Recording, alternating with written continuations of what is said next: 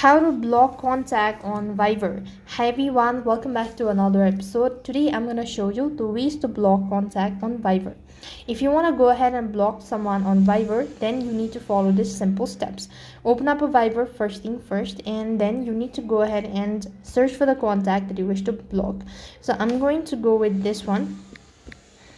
So this is the one. So select the particular contact and tap the three dot icon next to it.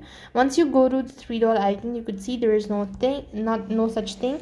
So what you can do is go ahead and press their profile and scroll down a bit. You could find block this contact. If you're sure about it, click the block button, and this way you could see that you've successfully blocked. However, if you want to go ahead and unblock, click on the unblock button, and that's how you could go ahead and unblock on Viber. That's all for this video. I hope the video was helpful. Make sure to like, share and subscribe to our channel. Thank you for watching. See you in the next video.